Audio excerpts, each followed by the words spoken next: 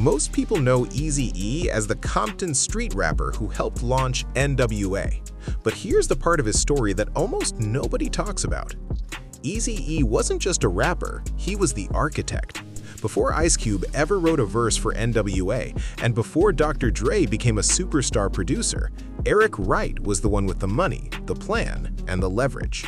He funded Ruthless Records himself using money he made in the mid-1980s hustling in Compton.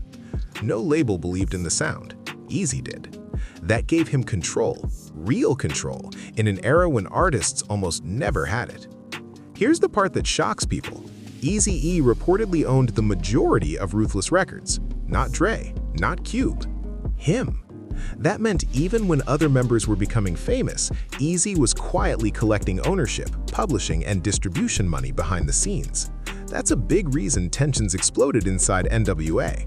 The group didn't just break up over egos, it broke up over paperwork. Another little-known fact, Eazy-E didn't plan to be the face of the group at all. He originally wanted to stay behind the scenes as a businessman. He only stepped into the booth because no one else wanted to rap the gritty street records he was financing. His high-pitched voice wasn't a gimmick, it was real, untrained, and unfiltered.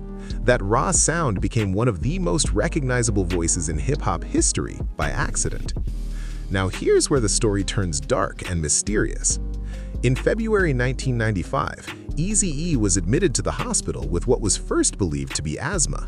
Within weeks, he was diagnosed with AIDS. On March 16th, he publicly announced his condition.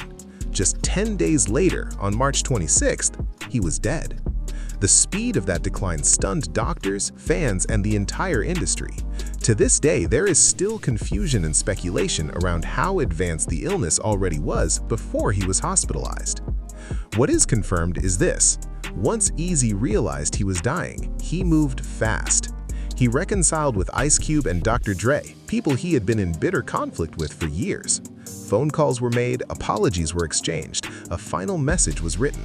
One of the most powerful lines Eazy ever left behind wasn't in a song, but in that letter, asking people to learn from his life instead of glorifying his death. And here's the part that rarely gets mentioned. Eazy-E was actively restructuring his business and personal affairs in those final days. He married Tamika Woods shortly before his death and began setting up trusts for his children. He knew exactly how ruthless the music industry could be, and he was trying to protect what he built before it disappeared. Eazy-E didn't just change hip-hop with music, he changed it with ownership, independence, and vision. And the scariest part? He did all of it before the age of 31.